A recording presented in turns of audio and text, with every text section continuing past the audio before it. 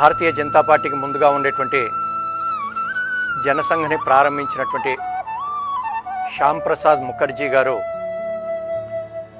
దీన్ దయాళ్ ఉపాధ్యాయ గురించి మాట్లాడుతూ, ఇలాంటి వ్యక్తులు ఇద్దరు ముగ్గురు కనుక ఉన్నట్టయితే భారతదేశం యొక్క ఒక చిత్రపటాన్ని మార్చేయవచ్చు అని చెప్పేసి వారు చెప్పడం జరిగింది. అంటే దీన్ దయాళ్ యొక్క వ్యక్తిత్వము, వారి యొక్క నైపుణ్యము, ప్రతిభ, సామర్థ్యము, అకుంఠితమైనటువంటి దీక్ష ఎలాంటివో మనకు అర్థమవుతాయి. ఆర్ఎస్ఎస్ రాష్ట్రీయ స్వయం సేవక్ సంఘాన్ని స్థాపించినటువంటి డాక్టర్ జీ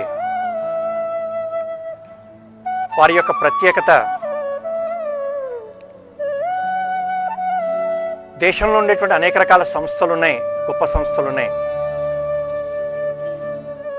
స్వామి వివేకానందుడు తెలుసు, కానీ వారు స్థాపించినటువంటి రామకృష్ణ మిషన్ తక్కువ మందికి తెలుసు.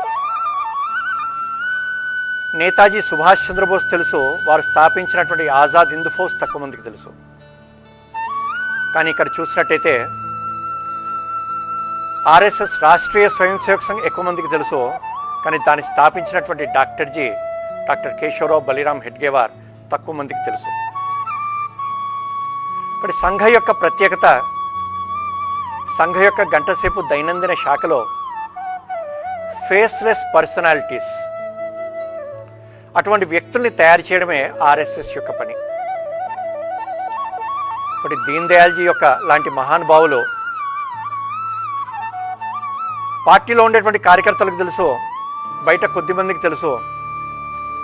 కానీ ఒక చిన్న మొక్క నుంచి మహావృక్షంగా భారతీయ జనతా పార్టీని, ఆ రోజు ఉండేటువంటి జనసంఘని తీర్చిదిద్దినటువంటి విషయము తక్కువ మందికి తెలుసు. కానీ పార్టీ ఆ సిద్ధాంతము, దానికి ఆధారమైనటువంటి ఏకాత్మ మానవ దర్శనము, ఇది తెలుసు. అంటే దీన్ దయాళ్ జీ యొక్క గొప్పతనము, ఆర్ఎస్ఎస్ యొక్క గంటసేపు శాఖలో సంఘాన్ని స్థాపించినటువంటి డాక్టర్ జీ ఏ విధంగా అయితే కోరుకున్నారో సంస్థలున్నాయి, అదే విధంగా తన యొక్క జీవితాన్ని మలుచుకుంటూ ఒక ఉన్నతమైనటువంటి లక్ష్యం కోసం జీవించినటువంటి వ్యక్తి వారు. నేతాజీ 1916 సెప్టెంబర్ 25వ తేదీన ఉత్తరప్రదేశ్ మధుర జిల్లాలోని నగలాచంద్రబాన్ అనేటువంటి గ్రామంలో జన్మించారు. ఒక వ్యక్తిని ఒక లక్ష్యం కోసం భగవంతుడు పుట్టిస్తాడేమో, ఎటువంటి భవబంధాలు లేకుండా ఉండడం కోసము 3 సంవత్సరాల వయసులో తండ్రి, 7 సంవత్సరాల వయసులో తల్లి, 18 సంవత్సరాల వయసులో తమ్ముడు, ముగ్గురు స్వర్గస్థులయ్యారు. చురుకైనటువంటి తెలివైనటువంటి విద్యార్థి, మేనమామ ఇంట్లో పెరిగారు. మేనమామ అంటే చాలా అమితమైనటువంటి భక్తి, శ్రద్ధ, ప్రేమ. చాలా తెలివైనటువంటి విద్యార్థి కాబట్టి చిన్నప్పుడే ఇంటర్మీడియట్ ఆ విధంగా చదివేటువంటి వయసులో స్కాలర్షిప్స్ వచ్చేవి. ఆ రోజుల్లో 250 రూపాయల నగదు బహుమతితో పాటుగా ప్రతి నెల 10 రూపాయలు ఆ విధంగా ఇద్దరు ఇచ్చారు, బిర్లాతో పాటు ఇంకొకరు కూడా. అటువంటి శ్రద్ధతోని భక్తితోని చదువుకునేటువంటి వ్యక్తి. చదువు బాగా ఉన్నప్పటికీ, తెలివితేటలు బాగా ఉన్నప్పటికీ ఇక్కడ అహంకారం లేదు. వ్యక్తిత్వము చాలా గొప్పది. చాలా చిన్న వయసులో కూరగాయలు తీసుకురావడం కోసము వెళ్ళాడు మార్కెట్కి. తీసుకొచ్చిన తర్వాత లెక్క చూస్తే తన జేబులో ఉండేటువంటి ఒక చెల్లనటువంటి నాణెము కనబడలేదు. ఏమైందా అని చెప్పేసి ఆశ్చర్యపోయి ఆలోచిస్తే, ఈ చెల్లని నాణాన్ని నేను అక్కడ కూరగాయలు అమ్మేటువంటి ఆవిడకి ఇచ్చినట్టున్నానే అని చెప్పేసి బాధపడి, ఆవిడకి అన్యాయం చేశాను, మోసం చేశానని చెప్పేసి అనుకున్నాడు. తిరిగి అక్కడికి వెళ్ళి ఆవిడని ఒప్పించి ఆ డబ్బుల పెట్టెలో ఉండేటువంటి తన నాణాన్ని తీసుకొని మంచి నాణాన్ని ఇచ్చి వచ్చాడు. అటువంటి వ్యక్తిత్వం అవుతుంది. తన యొక్క ప్రవర్తన ద్వారా ఏ ఒక్క వ్యక్తికి కూడా నష్టం కలగకూడదు అనేటువంటి భావన కలిగినటువంటి వ్యక్తి దీన్ దయాళ్ ఉపాధ్యాయ. 52 సంవత్సరాల జీవితంలో ఇటువంటి ఉదాహరణలు అనేక కనబడతాయి వారివి. చాలా సింప్లిసిటీ, సాధారణమైనటువంటి జీవితము. ఆల్ ఇండియా జనరల్ సెక్రటరీగా విజయవాడ నుంచి వెళ్తూ ఉండేటువంటి సమయంలో విజయవాడ స్టేషన్లో కొద్దిమంది కలవడానికి వెళ్తే, జనసంఘ్ యొక్క ఆల్ ఇండియా జనరల్ సెక్రటరీ కదా అని చెప్పేసి ఫస్ట్ క్లాస్ కంపార్ట్మెంట్ దగ్గర వెతుకుతుంటారు ఆయన్ని. కానీ ఎంతసేపటికి ఆయన కనబడలేదో చూస్తే వీరు 3rd క్లాస్ కంపార్ట్మెంట్ దగ్గర దిగేసి ఉన్నారు. వీరు అటువంటి సాధారణమైనటువంటి జీవితమే. తన జీవితంలో అనేక మంది తనకు కావలసినటువంటి అనేక రకాల వస్తువుల్ని, బట్టల్ని, కోట్లని ఇట్లాంటివి ఇస్తున్నప్పటికీ, గిఫ్ట్స్ ఇస్తున్నప్పటికీ, వీటన్నిటి నేను అనుభవించాలి అనేటువంటి కోరిక ఆయనకు లేదు. తనకు వచ్చినటువంటి ప్రతి ఒక్క బహుమానం కూడా ఎవరికో ఒకటి దానం చేస్తుండేవారు. తన దగ్గర ఉండేటువంటి బట్టలు కానీ, చెప్పులు కానీ ఏవైనప్పటికీ చిట్ట చివరి వరకు వాడగలగడం వారి యొక్క ప్రత్యేకత. ఇలాంటి ఉదాహరణలు చాలా కనబడుతుంటాయి. ఒకసారి రైల్లో ప్రయాణం చేస్తున్నారు. అదే రైల్లో గురూజీ కూడా ఫస్ట్ క్లాస్ కంపార్ట్మెంట్లో ప్రయాణం చేస్తున్నారు. వీరు 3rd క్లాస్ కంపార్ట్మెంట్లో ఉన్నారు. ఒక సందర్భంలో గురూజీతో కొన్ని విషయాలు మాట్లాడాలని చెప్పేసి ఒక స్టేషన్లో దిగి గురూజీ ఉండేటువంటి కంపార్ట్మెంట్కి వెళ్ళారు. వారితో మాట్లాడారు. కొన్ని స్టేషన్ల తర్వాత దిగి మళ్ళీ తిరిగి వచ్చేసారు. వారు ఏ టీటీ వీరిని కలవలేదు, అడగలేదు. కానీ వీరే స్వయంగా టీటీ దగ్గరికి వెళ్ళి, నేను పలానా స్టేషన్ నుంచి పలానా స్టేషన్ వరకు ఫస్ట్ క్లాస్ కంపార్ట్మెంట్లో ప్రయాణం చేశాను, నా దగ్గర ఉన్నటువంటిది 3rd క్లాస్ టికెట్, అక్కడ వ్యత్యాసం అమౌంట్ ఏదైతుందో అది ఎంతో చెప్పండి, నేను కట్టాలి అని చెప్పేసి అడిగి కట్టి రసీదు తీసుకున్నారు ఆయన. ఇటువంటి వ్యక్తిత్వం, ఒకటి నీతి, నిజాయితీ, సాధారణమైనటువంటి జీవితము, ప్రేమ, ఆత్మీయత, అనురాగానికి కొదవలేదు. తను ప్రయాణం చేస్తున్నటువంటి సమయంలో ఒకసారి అదే రైలులో ఇంకొక కార్యకర్త వేరే బోగిలో ఉన్నారు. వీరి బాధ్యత పెద్దది. ఇక్కడ ఒక స్టేషన్లో వీరికి భోజనం అందించడం కోసము భోజనం తీసుకొని వచ్చారు కార్యకర్తలు.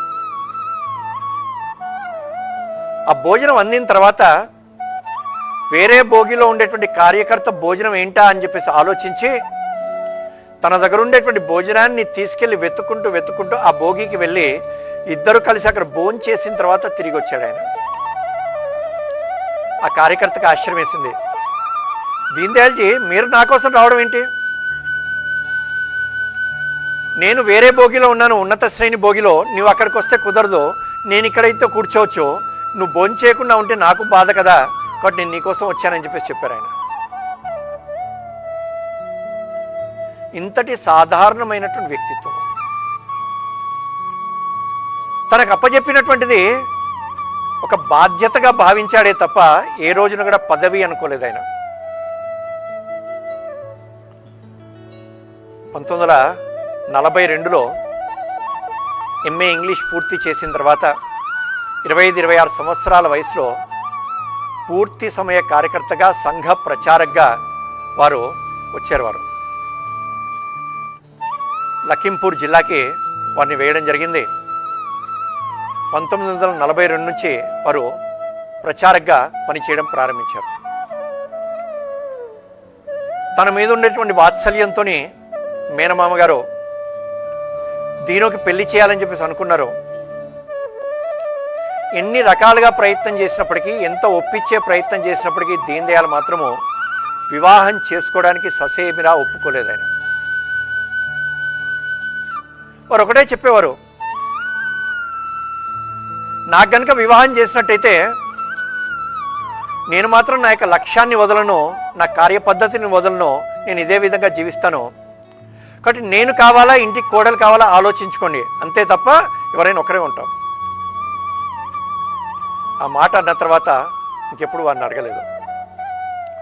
వారికి అనిపించేది మన లక్ష్యము చేరడానికి కొన్ని సాధనాలు అవసరం అవుతాయి మనకి. ఇక్కడ నుంచి విశాఖపట్నం వెళ్ళాలంటే బస్సులో వెళ్తాం, రైల్లో వెళ్తాం. ఏమండి ఎక్కడికి వెళ్తున్నారో, బస్సు ఎక్కడానికి అని చెప్పేసి చెప్పను, విశాఖపట్నానికి వెళ్తున్నానని చెప్పేసి చెప్తాను నేను. కాబట్టి బస్సు ఎక్కడం నా యొక్క లక్ష్యం కాదు, విశాఖపట్నం చేరడం నా యొక్క లక్ష్యము. ఆ విశాఖపట్నం చేరడానికి సాధనము బస్సు లేదా రైలు. కాబట్టి జీవితం యొక్క లక్ష్యం ఉన్నతమైనటువంటిది. ఆ లక్ష్యాన్ని చేరడం కోసం వివాహము, మిగిలినటువంటి భవబంధాలన్నీ కూడా. కానీ నా యొక్క లక్ష్యం ఏదైతుందో ఆ లక్ష్యానికి చేరడానికి నేను వివాహం చేసుకోవాల్సినటువంటి అవసరం లేదని చెప్పేసి వారు భావించారు. కాబట్టి సున్నితంగా తిరస్కరించారు. దీన దయాల పేరు, దయ కలిగినటువంటి హృదయం వారిది. అటువంటి హృదయానికి కారణం ఏంటంటే వారు ఒక విషయాన్ని నమ్ముతుండేవారు. ప్రతి వ్యక్తిలో మంచి చెడు రెండు ఉంటాయి. నాణ్యానికి బొమ్మ బొరుసు రెండు ఉంటాయి. ఏ వ్యక్తిలో అయితే మంచి ఎక్కువగా ఉంటుందో మంచివాడు అంటారో, ఏ వ్యక్తిలో అయితే చెడు ఎక్కువగా ఉంటుందో అతను రాక్షసుడు అని చెప్పేసి అనుకుంటాం మనం. ఇక్కడ ఆ వ్యక్తిలో ఉండేటువంటి మంచిని చూడగలిగినప్పుడు ఆ వ్యక్తి పట్ల ప్రేమ, ఆత్మీయత, అనురాగం, అనుబంధం పెరుగుతూ ఉంటుంది. దాని కారణంగా అతను ఒక కార్యకర్తగా మనం తయారు చేసుకోవచ్చు, పనిలో లీనం చేసుకోవచ్చు. ఆ ప్రేమ ద్వారానే అతనిలో ఉండేటువంటి ఆ చిన్న చిన్న దోషాలని దూరం చేయొచ్చు. ఇది వారు నమ్మారు. వారు చాలా చిన్న వయసులో మేనమామ గారి ఇంట్లో ఉండేటువంటి సమయంలో రాత్రి 11ంటికి కొంతమంది దొంగలు పడ్డారు. కాబట్టి ఇంట్లో ఉండేటువంటి విలువైనటువంటి వస్తువుల్ని దొంగలించాలి. కానీ చిన్న పిల్లవాడైనటువంటి దీనుని పట్టుకొని లాగేసి బయటికి తీసుకెళ్ళి విలువైనటువంటి వస్తువులు ఇస్తారా లేదా ఈ పిల్లవాడిని చంపమంటారా అని చెప్పేసి బెదిరించారు. అందరూ కంగారు పడ్డారు. ఈ పిల్లవాడు మాత్రము ఆ చిన్న వయసులో అటువంటి పరిస్థితుల్లో కూడా కంగారు పడకుండా ఆ దొంగలతో అన్నాడు, ఇప్పటివరకు నేను విన్నటువంటిది బాగా ధనవంతులైనటువంటి వాళ్ళు దుర్మార్గుల దగ్గర నుంచి దోచుకొని పేదవారికి పంచి పెడతారు మంచివాళ్ళని చెప్పేసి నేను విన్నాను, కానీ మీరు చూస్తే అలా లేరే అని చెప్పేసి అన్న కారణంగా ఆ పిల్లవాడి మాటలు విని హృదయం కరిగి పిల్లవాడిని వదిలేసి వెళ్ళిపోయారట. ఇది దీన్ దయాల్జీ యొక్క బాల్యంలో ఉండేటువంటి ఉదాహరణ ఏదైతుందో ఇది వారి యొక్క వ్యక్తిత్వాన్ని ప్రతిబింబిస్తుంటుంది. వారిది కానీ ఏ వ్యక్తి అయినప్పటికీ మంచి ఉంటుంది. అది ఆ మంచిని చూడగలగాలి. దీన్ దయాల్జీలో ఉండేటువంటి మరొక గొప్పతనము కఠోరమైనటువంటి పరిశ్రమ. ప్రేమ, ఆత్మీయత, సాధారణమైనటువంటి జీవితము, అకుంఠితమైనటువంటి వ్యక్తి లక్ష్యం పట్ల శ్రద్ధతో పాటుగా కఠోరమైనటువంటి పరిశ్రమ. 42లో ప్రచారంకి వచ్చారు. 47లో స్వాతంత్రం వచ్చింది. 48లో గాంధీ హత్య అనేటువంటి పేరుతోనే, గాంధీ గారి హత్య అనేటువంటి పేరుతోనే సంఘం మీద నిషేధించారు. ఆ సమయానికి ఉత్తరప్రదేశ్ మొత్తంలో రహస్యంగా జరపవలసినటువంటి సత్యాగ్రహ ఉద్యమాన్ని, వారి వయసు ఎంతండి? చాలా చిన్న వయసు. ఆ వయసులో మొత్తం ఉత్తరప్రదేశ్ యొక్క సత్యాగ్రహ ఉద్యమాన్ని భుజస్కంధాల మీద పడింది. నవ్వుతూ నవ్వుతూ కార్యకర్తలందరినీ కూడా ఒప్పిస్తూ, కార్యకర్తలకి వారి కుటుంబాలకి కలుగుతున్నటువంటి అన్ని రకాల కష్టాల్ని దూరము చేస్తూ అనేక రకాల సత్యాగ్రహాల్ని శాంతియుతంగా ప్రభుత్వం యొక్క నిర్ణయానికి వ్యతిరేకంగా చేయించారు. వారి యొక్క గొప్పతనం అదే. స్వతంత్రం వచ్చిన తర్వాత ఉత్తరప్రదేశ్ కేంద్రంగా 3 పత్రికలు ప్రారంభమయ్యాయి. మాసికమైంది, నెలకొకసారి. పాంచజన్య వారానికి ఒకసారి, రోజు ఒకటి. వారపత్రిక, దైనందిన పత్రిక ప్రచారక బాధ్యతలతో పాటుగా ఈ 2 పత్రికల యొక్క ఎడిటర్గా కూడా వారికి బాధ్యత అప్పచెప్పడం జరిగింది. నేను ఎడిటర్ని అనేటువంటి భావన వారి మనసులో లేదండి. 32 సంవత్సరాల వయసు. ఎడిటర్ని నేను ఈ పని మాత్రమే చేస్తాను అనేటువంటి భావం లేదు. ఎడిటర్ కానివ్వండి, లెటర్ ప్రింటింగ్ ఆ రోజున, కంపోజిటర్ కానివ్వండి, మెషిన్ దగ్గర ముద్రణ చేయడం కానివ్వండి, అవి ప్యాక్ చేయడం కానివ్వండి, అది పోస్ట్ వేయవలసినటువంటి వ్యక్తి రాకపోయినట్టయితే కూడా తను స్వయంగా సైకిల్ మీద వెనకాల క్యారేజీకి కట్టుకొని పేపర్లో తీసుకెళ్లి పోస్ట్ ఆఫీసులో అందించడము, రైల్వే స్టేషన్లో అందించడము, అన్ని రకాల పనులని చేసేవాడు. ఆంగ్లంలో డిగ్నిటీ ఆఫ్ లేబర్ అని చెప్పేసి చెప్తుంటారు. ఆ డిగ్నిటీ ఆఫ్ లేబర్ని తన జీవితంలో రక్తంలో జీర్ణించుకున్నటువంటి వ్యక్తి వారు. ఏ పనైనప్పటికీ కూడా సమానమైనటువంటి భావనతో చూసేటువంటి వారు. ఏ కుర్చీలో కూర్చోబెట్టినప్పటికీ ఆ కుర్చీ యొక్క పొజిషన్ని కాకుండా, పదవిగా కాకుండా బాధ్యతగా చూసి ఈ బాధ్యతను నిర్వహించాలి, నేను నిర్వర్తించాలి, ఏ పని కూడా నా కారణంగా ఆలస్యం కాకూడదు, సక్రమంగా సమయానికి జరగాలి అనేటువంటి భావన దీన్ దయాల్జీ మనసులో ఉండేది. అటువంటి వ్యక్తిత్వం వారిది. ఇటువంటి శ్రేష్టమైనటువంటి గుణాలు ఉన్న కారణంగా గురూజీ ఆర్ఎస్ఎస్ యొక్క 2వ సర్సంఘ చాలక వారిని రాజకీయాలకు ఇచ్చారు. 1951లో నెహ్రూ గారి యొక్క క్యాబినెట్లో మినిస్టర్గా ఉన్నటువంటి, పరిశ్రమల యొక్క మినిస్టర్గా ఉన్నటువంటి శ్యామ్ ప్రసాద్ ముఖర్జీ గారు నెహ్రూ గారి యొక్క పాలసీస్కి వ్యతిరేకంగా, ఆ పాలసీస్ ఈ దేశ హితంలో లేవివి, దేశాన్ని విభజించుకున్న తర్వాత 55 కోట్ల రూపాయలు పాకిస్తాన్కి ఇచ్చిన తర్వాత లక్షలాది మంది హిందువులు పాకిస్తాన్ నుంచి తరిమివేయబడితే ఈ దేశంలోకి వస్తున్నటువంటి సమయంలో ఆ నిష్పత్తిలో పాకిస్తాన్ మనకు భూమిని ఇవ్వాలి అని చెప్పేసి డిమాండ్ చేశారు క్యాబినెట్లో శ్యామ్ ప్రసాద్ ముఖర్జీ గారు. అటువంటి వ్యక్తిత్వం శ్యామ్ ప్రసాద్ ముఖర్జీ గారు. కానీ కాశ్మీర్ విషయంలో, పాకిస్తాన్ విషయంలో నెహ్రూ గారి యొక్క వైఖరిని ఖండిస్తూ, వ్యతిరేకిస్తూ స్వతంత్ర భారతదేశంలో మొదటి పరిశ్రమల మంత్రిగా దానికి రాజీనామా చేసి బయటికి వచ్చి దేశ హితము, ధర్మం పట్ల శ్రద్ధ, ఈ భూమి పట్ల ప్రేమ కలిగినటువంటి వ్యక్తుల ద్వారా ఈ దేశాన్ని నడిపేటువంటి ఒక రాజకీయ పార్టీ కావాలి, దానికోసం ఆలోచించి గురూజీని కలిసి గురూజీ యొక్క సహకారం తీసుకుంటూ అనేక మంది పెద్దల్ని కలిసి జనసంఘ్ని ప్రారంభించడం జరిగింది. వారు ఆ ప్రారంభించిన సమయంలోనే దీన్ దయాళ్ ఉపాధ్యాయ గారిని, అటువంటి కొద్దిమంది యువకుల్ని గురూజీ శ్యామ్ ప్రసాద్ ముఖర్జీ గారికి అప్పచెప్పారు. రాజకీయాల పట్ల ఎటువంటి ఆసక్తి లేనటువంటి వ్యక్తి, ఎటువంటి అభిరుచి లేనటువంటి వ్యక్తి గురూజీని కలిసి దీన్ దయాల్జీ అడిగారు, నన్నేంటి రాజకీయాలు పంపడం ఏంటి గురూజీ, ఈ బురదలోకి నాకెందుకు, నా కొద్దిది అని చెప్పేసి అన్నప్పుడు, అంటించుకునేటువంటి మనస్తత్వం లేని కారణంగానే నిన్ను అందులోకి పంపిస్తున్నాను, దాని పట్ల నీకు ఆసక్తి లేదు కాబట్టే నిన్ను అందులో పంపిస్తున్నాను, తామరాకు మీద నీటి బొట్టులా అంటించుకోకుండా నువ్వు ఉండగలుగుతానటువంటి నమ్మకం కారణంగా నేను పంపిస్తున్నా అని చెప్పేసి గురూజీ చెప్పడం జరిగింది. దీన్ దయాల్జీ 51 నుంచి చనిపోయేటువంటి 67, 15, 16 సంవత్సరాల పాటు రాజకీయ క్షేత్రంలో పనిచేస్తున్నప్పటికీ జనసంఘలో అనేక రకాల బాధ్యతలను నిర్వహిస్తున్నప్పటికీ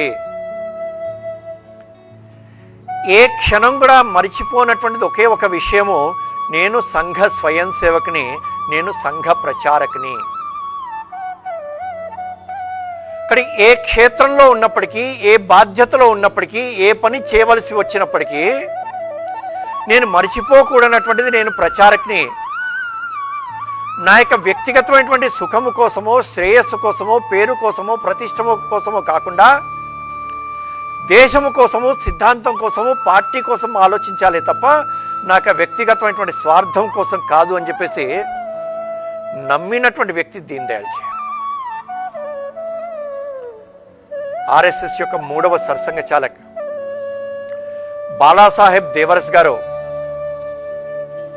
సుమారు వారు కూడా 1916లో జన్మించారు. వారు సమకాలీనులు. ప్రచారకగా వచ్చిన తర్వాత పరిచయం, దాని ముందు కూడా కాస్త పరిచయం ఉంది. సుమారు 20 సంవత్సరాల పరిచయం వారికి.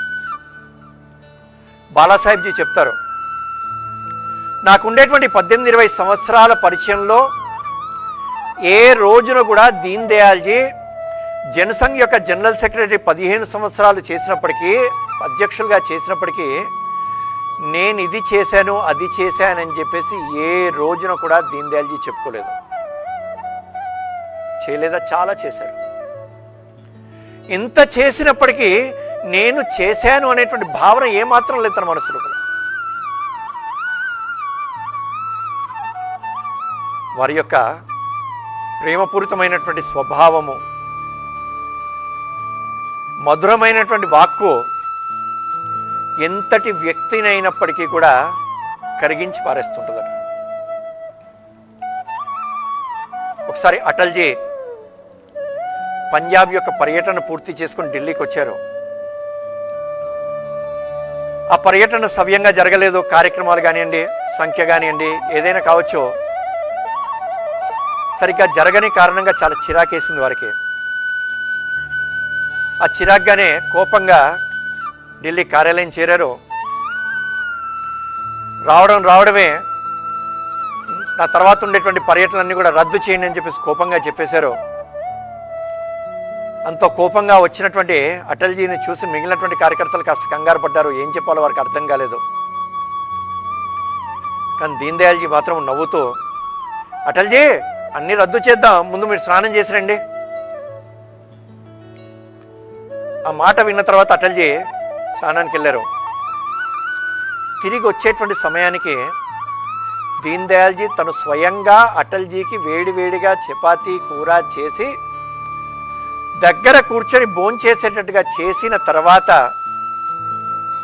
ఏమీ మాట్లాడకపోయినప్పటికీ ఆ ప్రేమ, ఆ ఆత్మీయత, అనురాగము, ఆ కన్సర్న్ ఏదైతుందో దాని కారణంగా అటల్జీ తర్వాత ప్రయాణాన్ని కొనసాగించారండి. కాబట్టి దీన్ దయాళ్ యొక్క ఆ కరెక్ట్ చేసేటువంటి పద్ధతి అండి, ఒక కార్యకర్తని సరిచేసేటువంటి పద్ధతి ప్రేమ ద్వారా, ఆత్మీయత ద్వారా చేయడము. డిసిప్లినింగ్ సిస్టమే కానీ డిసిప్లినరీ యాక్షన్గా తను అనుకోలేదు ఎప్పుడు కూడా. ఉండొచ్చు, ఈ రోజున పార్టీలో డిసిప్లినరీ కమిటీ ఉండొచ్చు. ఒక కష్టపడి ఒక 15-20 సంవత్సరాల పాటు పనిచేసిన తర్వాత ఒక కార్యకర్తని పార్టీ నుంచి దూరం చేయాల్సి వస్తే ఎవరైనప్పటికీ చాలా బాధపడతారండి. కాబట్టి దీన్ దయాల్జీ ఆ కరెక్ట్ చేసేటువంటి పద్ధతి, ప్రతి ఒక్క కార్యకర్త పట్ల ఉండేటువంటి శ్రద్ధ, ప్రేమ, ఇది చాలా గొప్పది. కానీ ఏ కార్యకర్తను కూడా వదులుకోవాలనేటువంటి భావన ఉండేది కదా. అటువంటి బాధ్యతలో ఉన్నప్పటికీ కూడా చాలా సరదాగా ఉండేవారు. ఎవరో మధ్యలో మాట్లాడుతూ అన్నారు, దత్తోపంత్ టెంగ్డే గారు శత జయంతి జరుగుతుంది వారిది, వారికి టీ అంటే చాలా ఇష్టం అండి అన్నారు. వెంటనే దీన్ దయాల్జీ నవ్వుతూ అన్నారు, వారి పేరు కూడా టీతోనే స్టార్ట్ అవుతుందని చెప్పేసి చెప్పారు. ఒక ఆర్ఎస్ఎస్ యొక్క సమావేశాలు జరుగుతున్నాయి. ఆర్ఎస్ఎస్ యొక్క జనరల్ సెక్రటరీ సర్కారీ భయ్యాజీ దాని ఆ రోజున సమావేశంలో ఒక విషయాన్ని ప్రతిపాదించారు. వారు సంఘం తెలియనటువంటి వ్యక్తులు సంఘం గురించి ఏమనుకుంటారంటే పైన ఏదో ఒక విషయాన్ని చెప్తారో ఆ విషయాన్ని కింది వరకు అందరూ ఆచరిస్తారో ఎవరు మధ్యలో ప్రశ్నించరేమో అని చెప్పేసి అనుకుంటారు. కానీ సంఘంలో ఏ విషయాన్నైనప్పటికీ పైనుంచి కింది వరకు కూలంకషంగా చర్చించేటువంటి స్వేచ్ఛ ఉండేటువంటి సంఘంలో నిర్ణయం తీసుకునే ముందు ప్రతి ఒక్కరు కూడా ప్రతి స్థాయిలో కూడా చర్చ జరుగుతుంది. కానీ నిర్ణయం తీసుకున్న తర్వాత ప్రతి ఒక్కరు కూడా నా అభిప్రాయానికి భిన్నంగా ఉన్నప్పటికీ నిర్ణయము దాన్ని నా నిర్ణయంగా భావించి పనిచేస్తుంటారు. ఇది సంఘం యొక్క గొప్పతనం. ఇది దీన్ దయాల్జీ ఆ సమావేశంలో ఉన్నారు. భయ్యాజీ దాని గారు ఒక విషయాన్ని ప్రస్తావించారు. దాని మీద చర్చ జరుగుతుంది. అనేక పుస్తకాలు చదివినటువంటి వ్యక్తి దీన్ దయాల్జీ. అనేక పుస్తకాలని రాసినటువంటి వ్యక్తి దీన్ దయాల్జీ. చంద్రగుప్త మౌర్య, శంకరాచార్య, ఇలాంటివి అనేకం. ఇంగ్లీష్లో వారి యొక్క వ్యాసాలన్నీ కూడా కలిపి పొలిటికల్ డైరీ అనేటువంటిది ఒకటి ప్రచురితమైంది. కానీ అంత లోతైనటువంటి సబ్జెక్ట్ కలిగినటువంటి దీన్ దయాల్జీ ఆ సమావేశంలో లేచి నిలబడి భయ్యాజీ దాని చెప్పినటువంటి విషయానికి భిన్నంగా చాలా అర్థవంతమైనటువంటి తర్కబద్ధమైనటువంటి ఉదాహరణలతో కూడినటువంటి విషయాన్ని దానికి వ్యతిరేకంగా ప్రతిపాదించారు, చర్చించారు. మిగిలినటువంటి సమావేశంలో ఉన్న అందరికీ కూడా ఆశ్చర్యం వేసింది. భయ్యాజీ దాని కూడా చాలా ఆనందంగా విన్నారు. గురూజీ వింటున్నారు. ఆలోచన దీనికి భిన్నంగా ఉన్నప్పటికీ ఆ లోతుని చూసి ఇద్దరు పెద్దలు కూడా ఆనందించారు. ఒకటి ప్రతిపాదన ఒకటి దీనికి దీన్ దయాల్జీ ఇచ్చినటువంటి ప్రతిపాదన దీనికి భిన్నమైంది. ఏం జరుగుతుందా అని చెప్పేసి అందరూ ఉత్కంఠంగా చూస్తున్నారు. భయ్యాజీ దాని అయిపోయిన తర్వాత నవ్వుతూ అన్నారు వారితోని సమావేశంలోనే, దీన్ దయాల్జీ మీరు చెప్పిందంతా అయిపోయింది కదా, నేను ఇప్పటివరకు ఏ విషయాన్నైతే ప్రతిపాదించానో దీన్ని సమర్థిస్తూ ఇప్పుడు మాట్లాడండి అని చెప్పేసి అడిగారు భయ్యాజీ. అప్పటి వరకు ఏ ఉత్తేజంతోనే ఏ ఉత్సాహంతోనో ఏ ఆవేశంతో మాట్లాడారో ఒక్కసారిగా దాన్ని అంతా కూడా రివర్స్ దాన్ని మాట్లాడాలి. అయితే అంటూ మళ్ళీ అదే ఆలోచనతోని అదే ఉదాహరణలతోని అదే ఉత్సాహంతోని భయ్యాజీ పెట్టినటువంటి విషయాన్ని సమర్థిస్తూ మళ్ళీ అంత తర్కబద్ధంగా మాట్లాడారు వారు. ఇక్కడ మనం అర్థం చేసుకోవాల్సింది ఏంటంటే ఒక సంస్థలో పనిచేస్తున్న తర్వాత నా యొక్క అభిప్రాయం వ్యక్తిగతమైనటువంటి అభిప్రాయం అనేటువంటిది ఇంకా సంస్థ యొక్క అభిప్రాయంలో కలిసిపోవాలి.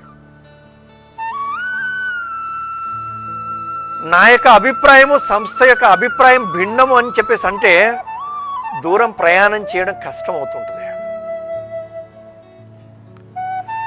కాబట్టి నా అభిప్రాయం భిన్నమైనప్పటికీ ఒకసారి నిర్ణయం అయిన తర్వాత నా అభిప్రాయము నిర్ణయమే నా అభిప్రాయం కావాలి. కానీ దీన్ దయాల్జీ విషయంలో ఇది చాలా స్పష్టంగా మనకు కనబడుతుంటుందండి. ఎంఏ పూర్తి చేసిన తర్వాత ప్రచారంగా వచ్చాక విద్యార్థిగా వారికి అనేక రకాల ప్రోత్సాహకాలు, మెడల్స్, సర్టిఫికేట్స్ అన్నీ వచ్చాయి. ప్రచారంగా వచ్చిన తర్వాత ఒక రోజున వారికి ఏమనిపించిందో మరి, ఒక పెట్టెలో ఉండేటువంటి ఈ సర్టిఫికేట్స్ అన్నిటి కూడా తీసుకొచ్చేసి కార్యకర్తను పిలిచి ఇవన్నీ తగలబెట్టేయమని చెప్పేసి చెప్పారు. ఒక్కొక్క సర్టిఫికేట్ చూస్తే ఆశ్చర్యం వేసింది ఆ కార్యకర్తకి. అదేంటండి తగలబెట్టేయమంటున్నారు? నేను ప్రచారంగా పనిచేయడానికి ఇవన్నీ అవసరం లేదు కదా, కాబట్టి ఇవన్నీ తగలబెట్టేసి అని చెప్పేసి చెప్పారు. వారి ఉద్దేశమేమో నా జీవితంలో మళ్ళీ ఈ ప్రచారక జీవితం నుంచి వెనక్కి తిరిగి వెళ్ళాలి అనేటువంటి ఆలోచన మనసులో ఏమాత్రం కూడా కలగకూడదని చెప్పేసి అనుకున్నారేమో. ఆ విధంగా చివరి శ్వాస వరకు కూడా ఆ విధంగా సంఘ ప్రచారక జీవితాన్ని కొనసాగించారు వారు. 1952 నుంచి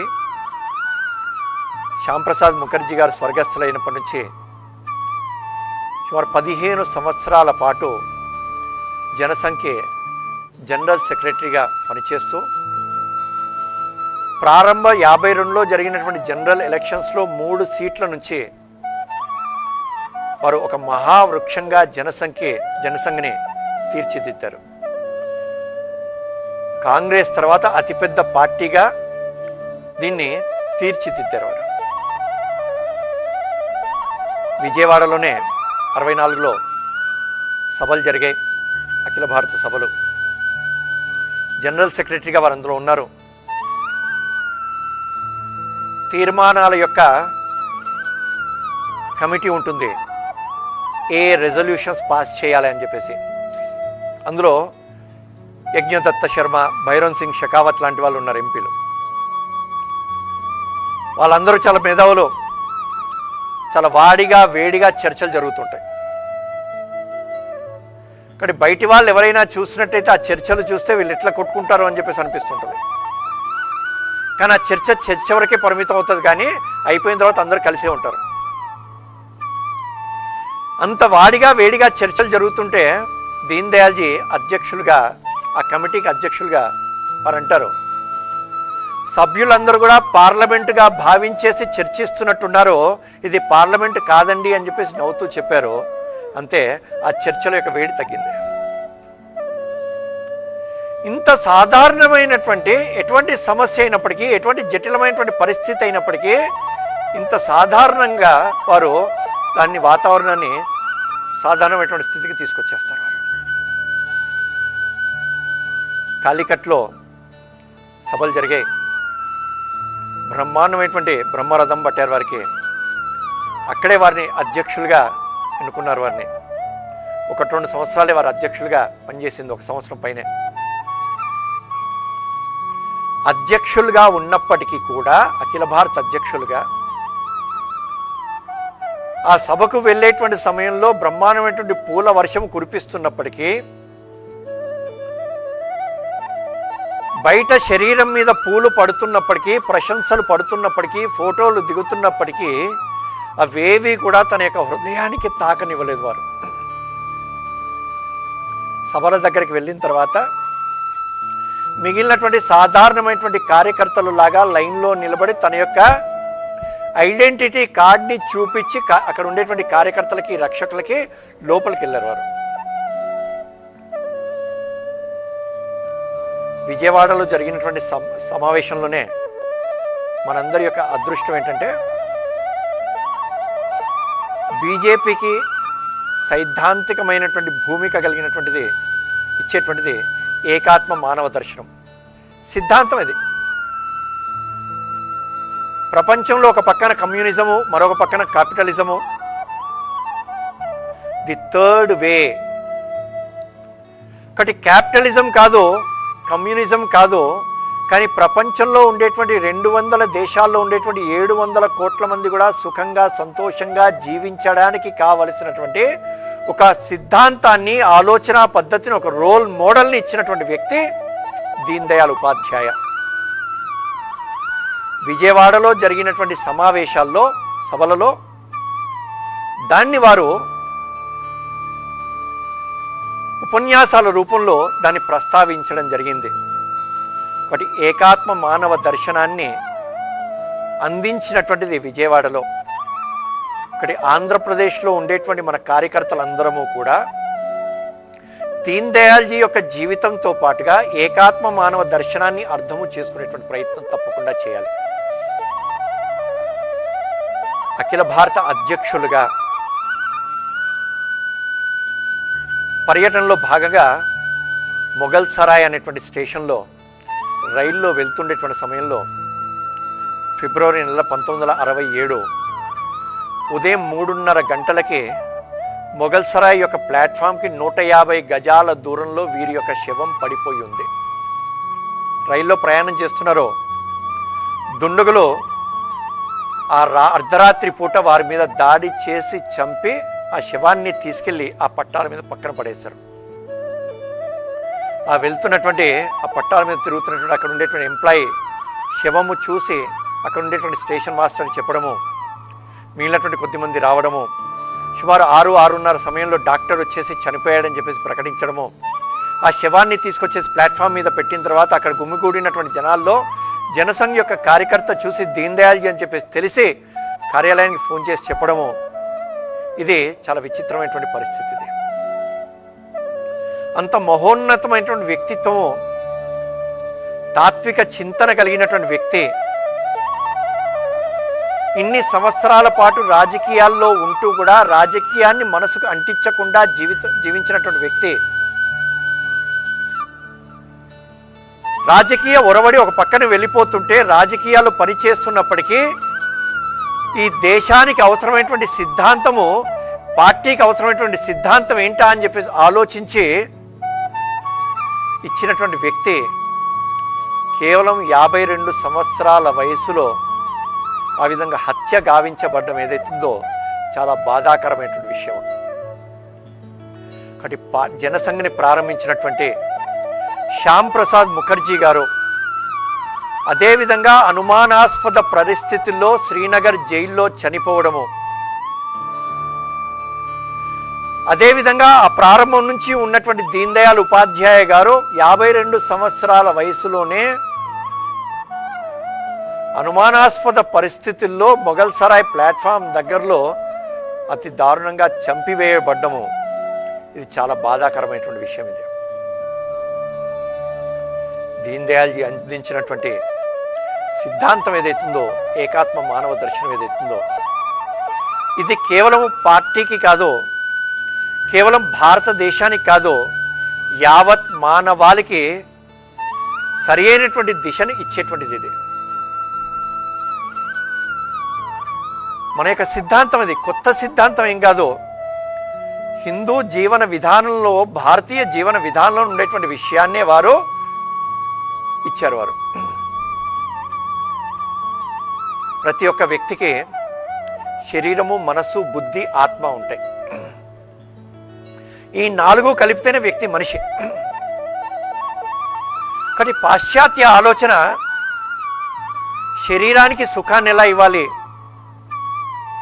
లేదా మనస్సుకి కొంత, బుద్ధికి ఆలోచించింది. కానీ ఈ దేశంలో ఉండేటువంటి ఆలోచన విధానము శరీరానికి, మనస్సుకి, బుద్ధికి, ఆత్మకి, ఈ 4టికి కలిపి ఏ విధంగా ఒక ఉదాత్తమైనటువంటి జీవితాన్ని గడిపి ఈ జీవితాన్ని సార్థకము చేసుకోవడము, ప్రతి దానికి కూడా సంతృప్తిని, ఆనందాన్ని కలిగించడం ఎలా అని చెప్పేసి ఆలోచించినటువంటి దేశము భారతదేశం. అంత మాత్రమే కాదండి, వ్యక్తి యొక్క సుఖము, సంతోషం మాత్రమే కాదు, ఈ వ్యక్తి ఒక కుటుంబంలో ఉంటున్నాడు. కాబట్టి వ్యక్తి కుటుంబం కోసం జీవిస్తుంటాడు, కుటుంబం వ్యక్తి కోసం కాదు, వ్యక్తి కుటుంబం కోసము. కాబట్టి కుటుంబంలో ఉండేటువంటి ప్రతి ఒక్కరి యొక్క సంతోషం కోసం వ్యక్తి కష్టపడుతుంటాడు. ఆ కుటుంబము గ్రామంలో ఉంటుంది, గ్రామం సమాజంలో ఉంటుంది, సమాజం దేశంలో ఉంటుంది, దేశం సృష్టిలో ఉంటుంది, భూమిలో ఉంటుంది, ప్రపంచంలో ఉంటుంది, ప్రపంచం సృష్టిలో ఉంటుంది. ఇవన్నీ కూడా వ్యక్తి దగ్గర నుంచి ప్రారంభిస్తే పరమేశ్వరి, సృష్టి పరమేశ్వరి వరకు కూడా ఇవన్నీ కూడా కాన్సెంట్రిక్ సర్కిల్స్. ప్రతి ఒక్క సర్కిల్కి ఇవన్నీ కూడా సంబంధం ఉన్నటువంటిది. ఇది ప్రకృతి నుంచి నేను వేరే, కుటుంబం నుంచి నేను వేరే, సమాజం నుంచి నేను వేరే, నేను వేరేగా ఒక్కనే సుఖంగా సంతోషంగా జీవించగలుగుతానని చెప్పేసి ఎవ్వరము చెప్పలేము. కాబట్టి ప్రకృతి కాపాడబడితే, దేశం బాగా ఉంటే, సమాజం బాగా ఉంటే, కుటుంబంలో ప్రతి ఒక్కరు కూడా సుఖంగా సంతోషంగా ఉంటేనే నేను సుఖంగా సంతోషంగా జీవించగలుగుతాను. కాబట్టి నేను సమాజం కోసము, సమాజం నా కోసం కాదు. కాబట్టి ప్రకృతిలో నేను భాగము, కాబట్టి ప్రకృతి నా కోసం కాదు. కాబట్టి ప్రకృతి నా యొక్క అవసరాలని తీరుస్తుంది, కానీ నా యొక్క కోరికల్ని తీర్చలేదు.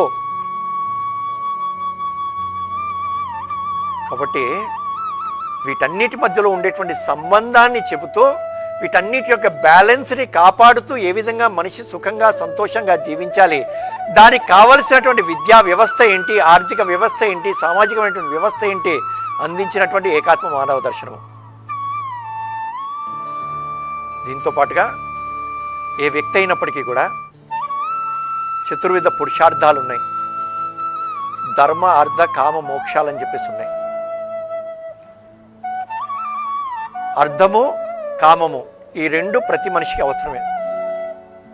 అర్థము అంటే ప్రాపంచికమైనటువంటి విషయాలు, ధనము, మిగిలినటువంటి ఏవైనప్పటికీ వస్తు రూపంలో ఉండేటువంటివి అవి. కామము కోరిక, డిజైర్, కేవలం శారీరకమైనటువంటి కోరిక కాదండి, అన్ని రకాల కోరికలు ఉంటాయి మనసుకి. బట్ ఈ రెండు తప్పకుండా మనిషికి అవసరం ఇవి.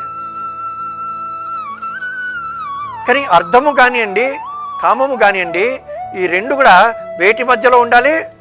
మోక్షానికి ధర్మానికి మధ్యలో ఉండాలి. గోదావరి ఎన్ని నీళ్ళైనప్పటికీ ఉండొచ్చో, కృష్ణలో ఎన్ని నీళ్ళైనప్పటికీ ఉండొచ్చో, ఎంత వేగంగా అయినా ప్రవహించవచ్చో, కానీ అవి గట్లను దాటి బయటికి వెళ్తే సమస్య వస్తుంది, ప్రమాదం ఏర్పడుతుంది. ఆ గట్ల మధ్యలో వేగంగా ప్రవహిస్తున్నప్పటికీ ఇబ్బంది లేదు. కాబట్టి అర్థము కామం అనేటువంటి ఈ ధర్మము మోక్షం అనేటువంటి గట్ల మధ్యలో ప్రవహించాలి. కాబట్టి ప్రతి వ్యక్తికి కూడా తన యొక్క శారీరకమైనటువంటి మానసికమైనటువంటి ఏ అవసరాలు అయినప్పటికీ కూడా, కోరికలు అయినప్పటికీ కూడా ధర్మము ఆధారంగా బేస్ ఏంటి, ధర్మబద్ధమైందా కాదా, ఇవి ఆలోచిస్తూ తీర్చుకున్నప్పుడు తను మోక్షాన్ని సాధించగలుగుతాడు. ఇటువంటి శ్రేష్టమైనటువంటి ప్రపంచం మొత్తము కూడా సుఖంగా సంతోషంగా జీవించడానికి కావలసినటువంటి ఒక సిద్ధాంతాన్ని ఇచ్చినటువంటి వ్యక్తి వారు. దాన్ని ఇంకా ప్రాక్టికల్గా ఎటువంటి మోడల్స్ని తయారు చేయాలి అనేటువంటి విషయం వారి మనసులో ఉన్నటువంటి చెప్పకముందే వారు హత్య గావింపబడ్డారు. కాబట్టి ఈ రోజున మనందరి యొక్క బాధ్యత ఏంటంటే, బీజేపీ అనేటువంటిది కేవలం అధికారంలోకి రావడం మాత్రమే మన యొక్క బాధ్యత, మన యొక్క కోరిక కాదు. అధికారం అనేటువంటిది లక్ష్యము కాదు, అధికారం అనేటువంటిది ఒక సాధనం మాత్రమే. కాబట్టి దీన్ దయాల్జీకి, శ్యామ్ ప్రసాద్ ముఖర్జీకి, పెద్దలందరికీ కూడా స్పష్టమైనటువంటి అవగాహన ఏంటంటే, మనం అధికారము సాధించాలి. అధికారము దేనికోసం అంటే, ఈ దేశాన్ని ప్రపంచంలో ఒక గొప్ప దేశంగా తీర్చిదిద్దడానికి. ప్రపంచంలో ఉన్న 200 దేశాలకి కూడా ఒక దేశము ఏ విధంగా ఒక రోల్ మోడల్ని ఇవ్వాలి, ఒక వ్యవస్థని. అటువంటి రోల్ మోడల్ యొక్క వ్యవస్థని అందించడం కోసము పదవిలోకి రావాలి. అటువంటి లక్ష్యాన్ని మనం మర్చిపోకుండా, మనందరి యొక్క లక్ష్యము ఈ దేశం ప్రపంచంలో గొప్ప దేశం కావడం. అటువంటి ఆ లక్ష్యాన్ని చేరడం కోసము మనందరం కూడా ప్రయత్నం చేయాల్సిందే. మన యొక్క వ్యక్తిత్వాలని తదనుగుణంగా మార్చుకుంటూ, దీన్ దయాల్జీ ఏ విధంగా అయితే జీవించారో ఆ విధంగా నేను నా యొక్క జీవితాన్ని మలుచుకుంటూ ఆ మార్గంలో నేను వెళ్ళాలి అనేటువంటి భావంతో మనందరం ప్రయత్నం చేయాలి. మారుతున్నటువంటి పరిస్థితుల కారణంగా ఉండేటువంటి ఈరోజు ఉండేటువంటి స్థితిగతులు మారొచ్చండి, తప్పేం లేదండి. ఈ రోజున వాహనాలు మారాయి, పరికరాలు మారాయి, సాధనాలు మారాయి, అంతస్తు మారింది, తప్పు లేదు. కానీ అది హృదయానికి అంటకుండా చూసుకోవడం ఎట్లా? ఇవి ఉన్నప్పటికీ లేకపోయినప్పటికీ కూడా నేను ఏ విధంగా జీవించగలుగుతాను, పార్టీ కోసం పనిచేయగలుగుతాను, సిద్ధాంతం కోసం పని చేయగలుగుతాను, ఆలోచించగలగాలి. కాబట్టి అటువంటి శ్రేష్టమైనటువంటి జీవితాన్ని అర్థము చేసుకుంటూ ముందుకెళ్ళడము. ఆంగ్లంలో చెప్తుంటారు, లక్ష్యాన్ని చేరడము ఎంత ముఖ్యమో, what you become in reaching the goal is more important than reaching the goal by it self అని చెప్పేసి అంటారు.